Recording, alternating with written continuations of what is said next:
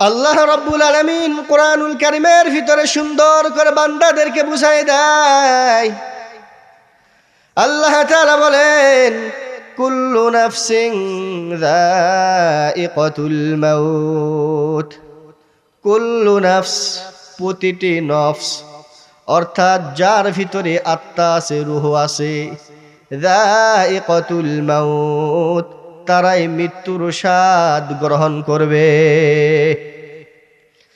তার মানে এখানে শুধু মানুষ মৃত্যুবরণ করবে তা নয়, এখানে হিংস্র শিগাল, গরু, মহিষ, ভেড়া, দুম্বা, পাখি যত কিছুই রয়েছে সবগুলোর মৃত্যুবরণ করতে হবে। আল্লাহ তাআলা সবগুলোকে একত্রিত করে ছোট্ট একটা শব্দ দিয়ে বুঝাই দিতেছে। আল্লাহ তাআলা বলেন, কুল্লু নাফস, প্রতিটি আত্মা, প্রতিটির নফস, যায়িকাতুল মাউত, মৃত্যুর স্বাদ গ্রহণ করবে। চাই সে মানুষ হোক, ইমানদার হোক, মুমিন হোক, কাফের হোক, মুশরিক হোক, বৌদ্ধ হোক, নাসারা হোক। পৃথিবীর ভিতরে এমন কোন জাতি সৃষ্টি হয় নাই যেই জাতির মৃত্যু হয় নাই। পৃথিবীতে এমন কোন পাখি সৃষ্টি হয় নাই যেই পাখির এখনো পর্যন্ত মৃত্যু হয় নাই। পৃথিবীতে এমন কোন জিন সৃষ্টি হয় নাই যেই জিনের মৃত্যু হয় নাই। আল্লাহ তাআলা বলেন, বান্দা, আমি তোমাদেরকে সৃষ্টি করেছি, কিন্তু জেনে নাও সৃষ্টি করার আগে তোমাদের মৃত্যুটা আমি আগে সৃষ্টি করে নিয়েছি, তারপরে তোমাদেরকে হায়াত দিয়েছি। কেন দিলাম বান্দা? লিয়াবলুয়াকুম আইয়ুকুম আহসানু আমালা, যাতে করে পৃথিবীতে যাওয়ার পর তোমরা যেন বেশি বেশি করে আমি আল্লাহ তাআলার কাছে নেক আমল নিয়ে আসতে পারো। কে বেশি সুন্দর আমল করে নিয়ে আসতে পারো, বেশি বেশি ভালো নেক আমল করার জন্য আমি আল্লাহ তাআলা তোমাদের সৃষ্টি করেছি।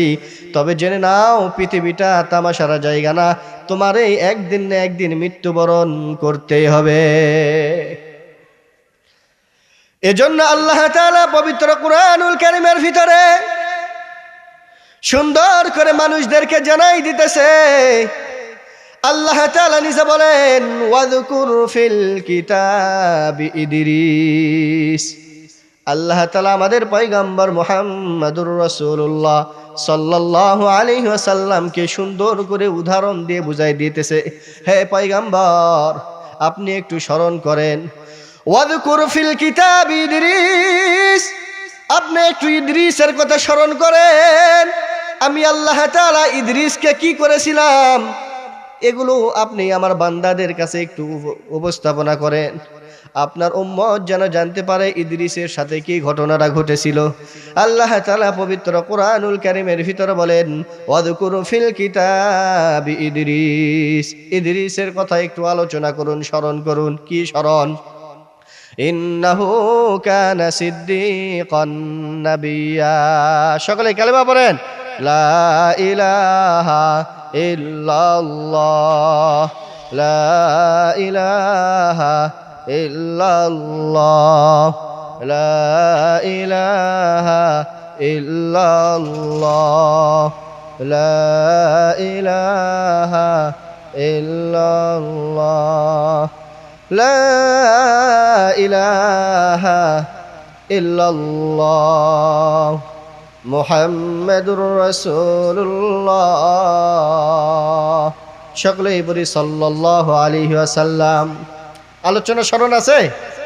আল্লাহ তাআলা কুরআনুল কারীমের ভিতরে বলতেছে, হে পয়গম্বর, আপনি আপনার উম্মতদেরকে একটু জানায় দেন, ইদরিস একজন পয়গম্বর ছিল, সে সত্যবাদী পয়গম্বর ছিল, কিন্তু তার আলোচনাটা আপনি আপনার উম্মতদেরকে একটু জানায় দেন, আমার বান্দাগুলো যেন জানে, শিখুক।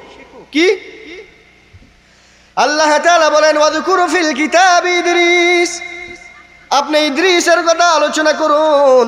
ইন্নাহু কানা সিদ্দীকান নাবিয়্যা, সে একজন সিদ্দিক পয়গম্বর ছিল। কি ছিল? ইদরিস আলাইহিস সালাতু ওয়াস সালাম এবং ফেরেশতা জিবরাইল আলাইহিস সালাতু ওয়াস সালাম উভয়ের সাথে একটা সুসম্পর্ক ছিল। ইদরিস আলাইহিস সালাতু ওয়াস সালাম এবং ফেরেশতা জিবরাইল আলাইহিস সালাতু ওয়াস সালাম, তারা দুইজনের সাথে এতই পরিমাণ খুব ঘনিষ্ঠতা বন্ধুত্বতা ছিল। এক পর্যায়ে ইদ্রিস আলাইহিস সালাতু ওয়াস সালাম ফেরেশতা জিবরাইলকে বলতেছে, দোস্ত জেনে নাও আমি পৃথিবীতে একটু বেশি দিন থাকতে চাই, হায়াত আর মউত দেখো আল্লাহ তাআলার কাছ থেকে বৃদ্ধি করা যায় কিনা। জিবরাইল আলাইহিস সালাতু ওয়াস সালাম ইদ্রিস আলাইহিস সালাতু ওয়াস সালামকে বলেন, দোস্ত আপনি হায়াত আর মউত এটা জানতে চাইতেছেন আর হায়াত বৃদ্ধির জন্য আবেদন করতেছেন। হায়াত বৃদ্ধির জন্য আবেদন করা তো আল্লাহ তাআলার কাছে যায় না, আর আপনি একজন পয়গম্বর, আপনি হায়াত কেন বাড়াইতে চান? ইদ্রিস আলাইহিস সালাতু ওয়াস সালাম এমন একজন পয়গম্বর ছিল, আল্লাহ তাআলা ইদ্রিস আলাইহিস সালাতু ওয়াস সালামের উপরে এতই পরিমাণ খুশি হয়েছে, আল্লাহ তাআলা বলেন, ইদ্রিস তুমি রাত্রের বেলা ইবাদত করো, সারা দিনের বেলায় তুমি তোমার উম্মতদেরকে আমি আল্লাহ তাআলার দিকে ডাকো। আমি তোমার উপরে এতই পরিমাণ খুশি হয়ে গেলাম, তোমার উপরে এতই পরিমাণে খুশি হয়ে গেলাম, সারা দিন তোমার উম্মতগুলো যে ইবাদত করবে, ওই ইবাদতের যে যতগুলো সওয়াব হবে, এই পরিমাণ সওয়াব আমি আল্লাহ তাআলা তোমাকে আবার অতিরিক্ত দান করব। তাহলে আল্লাহ তাআলার একটা পয়গম্বর ছিল, নাম কি? ইদ্রিস। ইদ্রিস আলাইহিস সালাতু ওয়াস সালামের উপরে আল্লাহ তাআলা এতই পরিমাণ খুশি হয়েছে, ইদ্রিস আলাইহিস সালাতু ওয়াস সালামের উম্মতগণ সারা দিন ধরে যে ইবাদত করবে, ইবাদতের যে পরিমাণ সওয়াব হবে, আবার এই পরিমাণ সওয়াব আল্লাহ তাআলা ইদ্রিস আলাইহিস সালাতু ওয়াস সালামকে অতিরিক্ত দান করবে। এত একজন পয়গম্বর, এত জলিলুল কদর পয়গম্বর।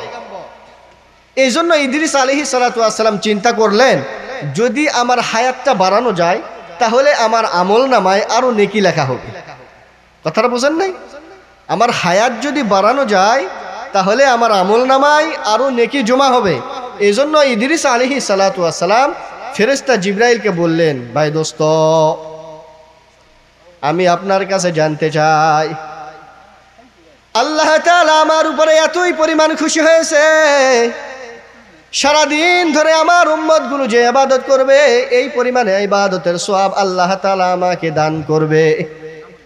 তাহলে আমার হায়াতটা যদি একটু বাড়ানো যায় তাহলে আমার আমল নামায় আরো বেশি বেশি নেক আমল জমা হবে।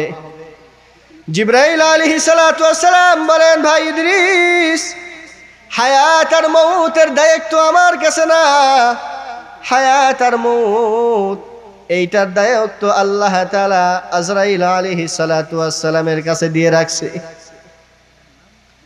ইদ্রিস আলাইহিস সালাতু ওয়াস সালাম বলে, দোস্ত তাহলে আপনি আজরাইল আলাইহিস সালাতু ওয়াস সালামের কাছে যান, গিয়ে একটু জিগান, অথবা তার কাছ থেকে খাতাটা একটু দেখে নেন, অথবা তাকে বলে যদি আমার একটু হায়াত বাড়ানো যায় কিনা একটু দেখেন। জিবরাইল আলাইহিস সালাতু ওয়াস সালাম ইদ্রিস আলাইহিস সালাতু ওয়াস সালামকে বলে, দোস্ত আপনি কোনো চিন্তা করেন না, আপনি আমার পিঠে উঠেন, আমি আজরাইলের সদর দপ্তরে আপনার নিয়ে যাব, সরাসরি আজরাইলের সাথে সাক্ষাৎ করে কথা বলবো। আল্লাহু আকবার বলেন, আল্লাহু আকবার। আল্লাহ তাআলা বলেন, ওয়াযকুর ফিল কিতাবি ইদ্রিস ইন্নাহু কানা সিদ্দীকান নাবিয়্যা ওয়া রাফা'নাহু মাকানান আলিয়্যা। জিবরাইল আলাইহিস সালাতু ওয়াস সালাম আল্লাহর পয়গম্বর হযরত ইদ্রিস আলাইহিস সালাতু ওয়াস সালামকে পিঠের মধ্যে নিলেন, নেওয়ার পরে উড়াল দিতেছে, প্রথম আসমান, দ্বিতীয় আসমান, সপ্তম আসমান, এরকম করতে করতে আসমান ভাগ হয়ে পার হয়ে আজরাইল আলাইহিস সালাতু ওয়াস সালামের সদর দপ্তরে গেছে। ওখানে যাওয়ার পর ইদ্রিস আলাইহিস সালাতু ওয়াস সালামকে বারান্দার মধ্যে বসে রাখছে, রাখার পর বলতেছে, তুমি এখানে একটু অপেক্ষা করো দোস্ত, আমি আজরাইল আলাইহিস সালাতু ওয়াস সালামের খাতা থেকে একটু দেখে নেই তোমার হায়াত বাড়ানো যায় কিনা। জিবরাইল আলাইহিস সালাতু ওয়াস সালাম আজরাইল আলাইহিস সালাতু ওয়াস সালামের দরজায় গিয়ে নক করলেন। ভিতর থেকে প্রশ্ন আসে, কে তুমি? জিবরাইল আলাইহিস সালাতু ওয়াস সালাম বলেন, আলা জিবরাইল ওমা মায়া ইদ্রিস, আমি তো জিবরাইল আসছি, কেন আসছেন? আপনি একটু দরজাটা খুলে দেন, আপনার সাথে সাক্ষাৎ করতে চাই। আজরাইল আলাইহিস সালাতু ওয়াস সালাম তখন দরজা খুলছে। জিবরাইল আলাইহিস সালাতু ওয়াস সালাম ভিতরে প্রবেশ করছে। প্রবেশ করার পর আজরাইল আলাইহিস সালাতু ওয়াস সালামকে সালাম গ্রহণ করছেন। সালাম দেওয়ার পরে উভয়ের কথা গোপন করতেছে আর বলতেছে, ও আজরাইল, পৃথিবীর জমিনে একজন পয়গাম্বর আছে, যেই পয়গাম্বরের নাম হলো ইদ্রিস। আল্লাহ তাআলার কাছে এতই পরিমাণ খুব পছন্দনীয় একজন পয়গাম্বর হয়েছে, আল্লাহ তাআলা তাকে সিদ্দিক বলে উপাধি দান করেছে। আল্লাহ তাআলা তার উপরে এতই পরিমাণ খুশি হয়েছে, তার উম্মতগুলো সারাদিন ধরে যে ইবাদত করবে, আবার ওই পরিমাণে ইবাদতের সওয়াব আল্লাহ তাআলা ইদ্রিসকে দান করবে। তো ইদ্রিস হলেন আমার ভালো একজন দোস্ত, ইদ্রিস হলো আমার ভালো একজন বন্ধু। আমি আপনার কাছে আসছি, দেখেন ইদ্রিসের হায়াতটা বাড়ানো যায় কিনা, ইদ্রিসের হায়াতটা একটু বাড়ানো যায় কিনা, তার খাতাটা একটু দেখে নেন। আজরাইল আলাইহিস সালাতু ওয়াস সালাম একবার খাতার দিকে তাকায়, আবার একবার জিবরাইলের দিকে তাকায়, আবার একবার খাতার দিকে তাকায়।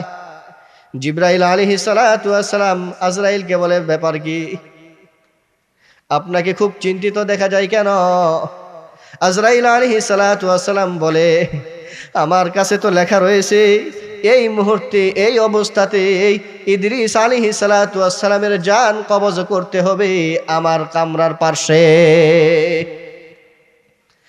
আমি এখন চিন্তা করতেছি, ইদ্রিস তো পৃথিবীর জমিনে রয়েছে, ইদ্রিস কোন সময় আমার এখানে আসবে আর কোন সময় তার জান কবজ করব?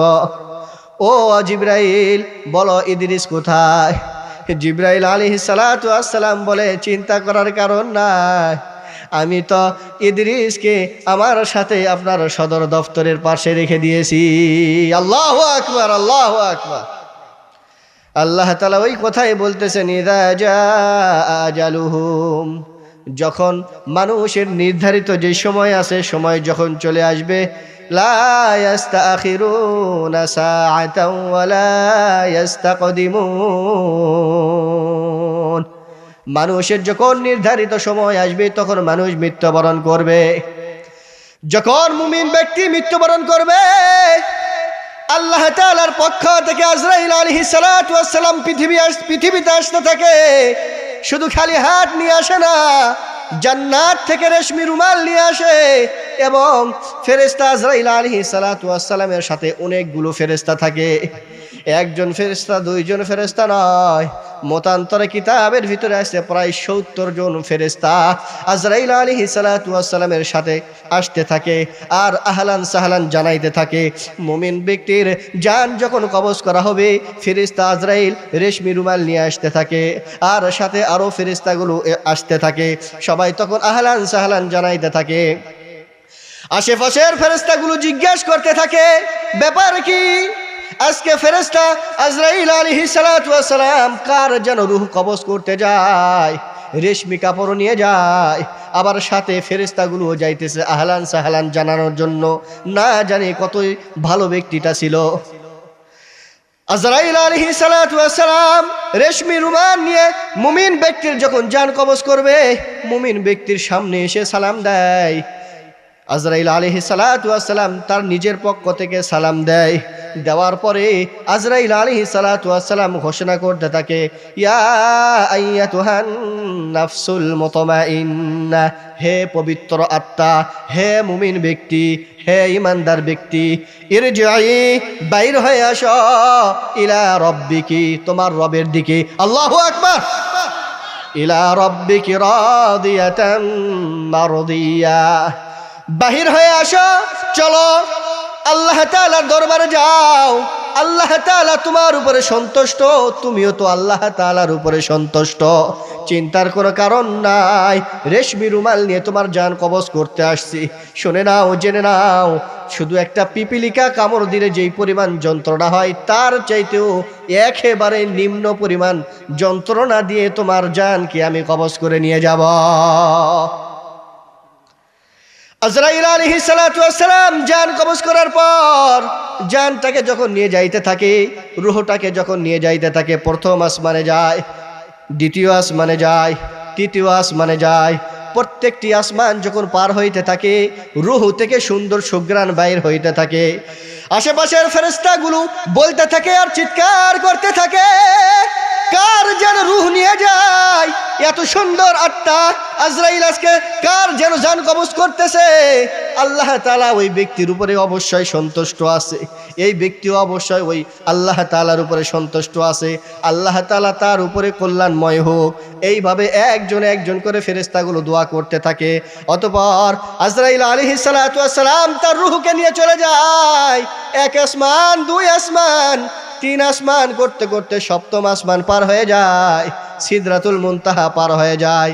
সিদরাতুল মুনতাহার সন্নিকটে ওই জায়গার নাম হলো ইল্লিন। ওখানে যারা ইমানদার ব্যক্তি, যারা মুমিন ব্যক্তি, যারা জান্নাত প্রাপ্ত ব্যক্তি, তাদের রূহ, তাদের আত্মাগুলো ওখানে রাখা হয়।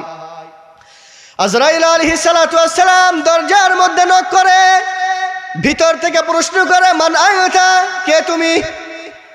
আজরাইল আলাইহিস সালাতু ওয়াস সালাম বলেন, আমি আজরাইল, আমার সাথে আর একজনের রূহ নিয়ে আসি।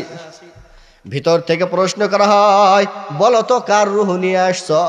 আজরাইল আলাইহিস সালাতু ওয়াস সালাম বলেন, অমুক দেশের, অমুক জেলার, অমুক থানার, অমুক গ্রামের অমুকের পুত্রর রূহ নিয়ে আসছি। ভিতর থেকে ইল্লিনের ফেরেশতা ভিতর থেকে খাতার মধ্যে দেখতে থাকে, দেখি তার নাম ইল্লিনের মধ্যে আছে কিনা। খাতা দেখতে দেখতে খাতার মধ্যে নাম চলে এসে যায়, সঙ্গে সঙ্গে দরওয়াজা খুলে দেয়। ফেরেশতা আজরাইল আলাইহিস সালাতু ওয়াস সালাম রূহটাকে ওখানে ছেড়ে দেয়। রূহটা তখন দেখতে থাকে, জান্নাতের সমস্ত নাজ নিয়ামতগুলো দেখতে থাকে। আর আজরাইল আলাইহিস সালাতু ওয়াস সালাম বলেন, হাদা মাকআদুকা, এইটাই তোমার বাসস্থান, এইটাই তোমার জায়গা, এখানেই তুমি এখানেই বসবাস করতে থাকবা। রূহ তখন দেখতে থাকবে জান্নাতের নিয়ামতগুলো, রূহ তখন দেখতে থাকবে জান্নাতের বাগানগুলো, রূহ তখন দেখতে থাকবে জান্নাতের যত নাজ নিয়ামতগুলো আছে, সমস্ত নাজ নিয়ামতগুলো দেখতে থাকবে। আজরাইল আলাইহিস সালাতু ওয়াস সালাম আবার রূহটাকে নিয়ে আসবে, নিয়ে আসার পরে আবার জমিনে ছেড়ে দিবে। জমিনে যখন ছেড়ে দেয়, রূহটা তখন ঘুরতে থাকে আর দেখতে থাকে। এখনো পর্যন্ত তার লাশকে কবরের ভিতরে রাখা হয় নাই, এখনো পর্যন্ত তার লাশ এখনো দাফন করা হয় নাই। রূহটা শুধু ঘুরতে থাকে আর আফসোস করতে থাকে, এত সুন্দর জায়গা আমি দেখে আসছি, এখনো পর্যন্ত আমারে দাফন করো না কেন? তাড়াতাড়ি অতি শীঘ্রই আমারে তোমরা দাফন করে ফেলো। মানুষজন যখন দাফন করে, কবরস্থ করে, সঙ্গে সঙ্গে রূহটা ভিতরে প্রবেশ করে। সঙ্গে সঙ্গে দুইজন ফেরেশতা চলে এসে যায়, মুনকির আর নাকির। তারা দুইজন ফেরেশতা এসে প্রশ্ন করে, মান রাব্বুকা, তোমার রব কে? বলার সঙ্গে সঙ্গে অটোমেটিক ওই বান্দার মুখ থেকে প্রশ্নের উত্তরে এসে যায়, রব্বি আল্লাহ। মুনকার নাকির সঙ্গে সঙ্গে বলে, হ্যাঁ আমরা জানি তুমি এইরকমই উত্তর দিবা। দ্বিতীয় নম্বর প্রশ্ন, আমার দিনুক, তোমার দিন কি, তোমার ধর্ম কি? পরিপূর্ণভাবে সঠিক উত্তর দিয়ে দেয়, দিনই আল ইসলাম, আমার ধর্ম হলো ইসলাম। ওমান নবিয়ুক, তোমার নবীকে?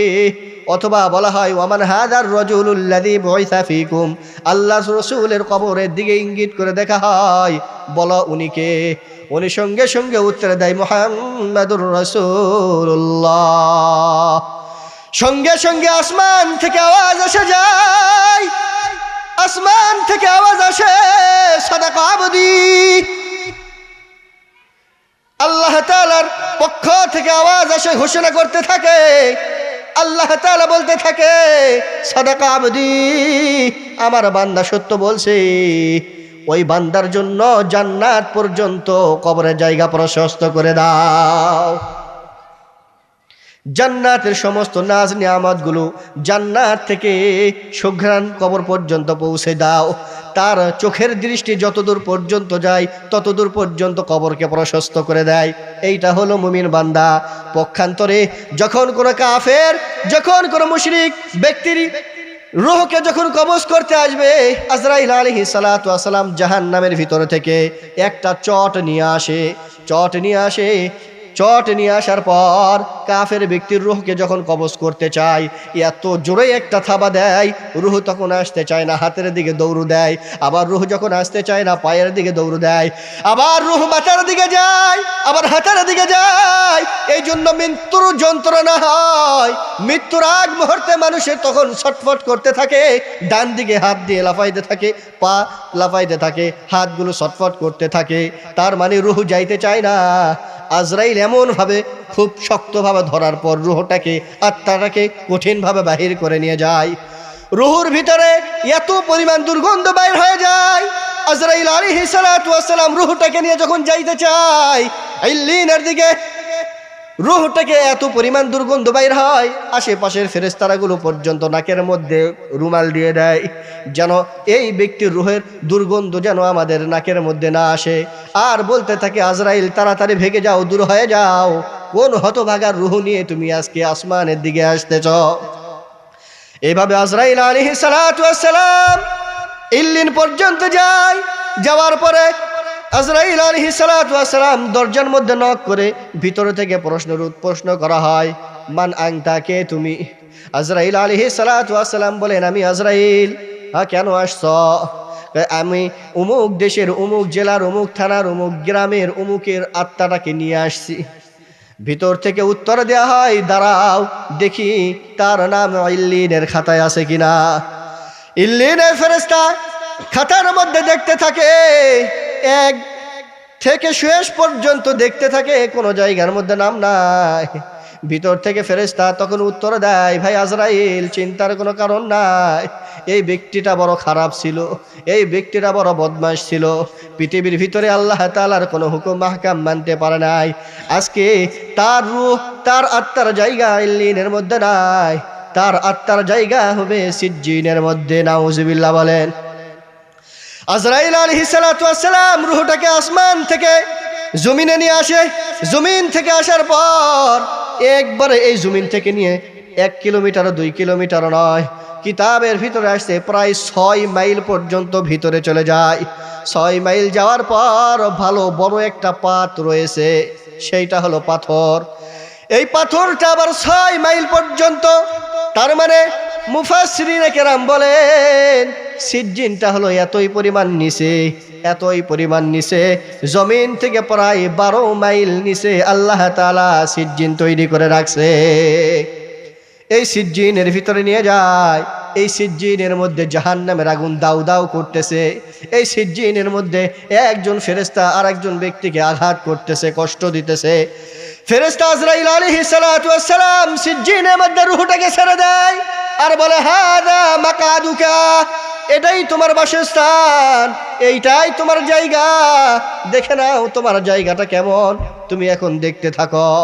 ফেরেশতা আজরাইল আলাইহিস সালাতু ওয়াস সালাম যখন আত্মাটাকে ছেড়ে দেয়, আত্মা ঘুরতে থাকে আর দেখতে থাকে, এত পরিমাণ কষ্ট, এত পরিমাণ শাস্তি। অতঃপর আজরাইল আলাইহিস সালাতু ওয়াস সালাম আবার রূহটাকে নিয়ে চলে আসে জমিনের মধ্যে। জমিনের মধ্যে আসার পর এখনো দেখা যায় তার রূহটাকে, অর্থাৎ এখনো তার দেহটাকে কবর পর্যন্ত পৌঁছানো হয় নাই। এই ব্যক্তি শুধু আফসোস করতে থাকে আর দেহর দিকে বলতে থাকে, আহারে দেহ, আহারে শরীর, দুনিয়ায় থাকতে তুমি এত পরিমাণ তুমি তোমার যত্ন নিয়েছ, তোমারে মানুষ এত পরিমাণ সম্মান করত, আজকে তোমার এমন একটি জায়গায় স্থান হয়েছে, দুনিয়ার মানুষ যদি জানতো তোমার আজকে জানাজায় উপস্থিত হতো না। অতঃপর মানুষকে যখন কবরে, অতঃপর ওই লাশকে যখন কবরে রাখা হয়, রাখার সঙ্গে সঙ্গে ফেরেশতা, 2 জন ফেরেশতা চলে আসে মুনকার নাকির। আবার পূর্বের নাই প্রশ্ন করে, মান রব্বুকা ওয়া মান দীনুকা ওয়া মান নাবিয়্যুক। এই ব্যক্তি তখন বলতে থাকে, হা আলাদরি লা আদরি লা আদরি, আমি তো কিছু জানি না, আমি তো কিছুই জানি না। উপর থেকে আসমান থেকে আওয়াজ এসে যায়, আমার বান্দা মিথ্যা বলছে, তোমরা জাহান্নামের আগুন, জাহান্নাম থেকে একটা রাস্তা প্রশস্ত করে দাও কবর বরাবর, জাহান্নামের অগ্নিশিখা কবর পর্যন্ত পৌঁছে দাও, আর কিয়ামতের আগ পর্যন্ত কবরের ভিতরে শাস্তি দিতে থাকো। আল্লাহ তাআলা আমাদেরকে এই কবরের শাস্তি থেকে সবাইকে বাঁচার তৌফিক দান করুক। সবাই বলি আমিন। এবং সবাইকে নেক আমল করার তৌফিক দান করুক। সবাই বলি আমিন।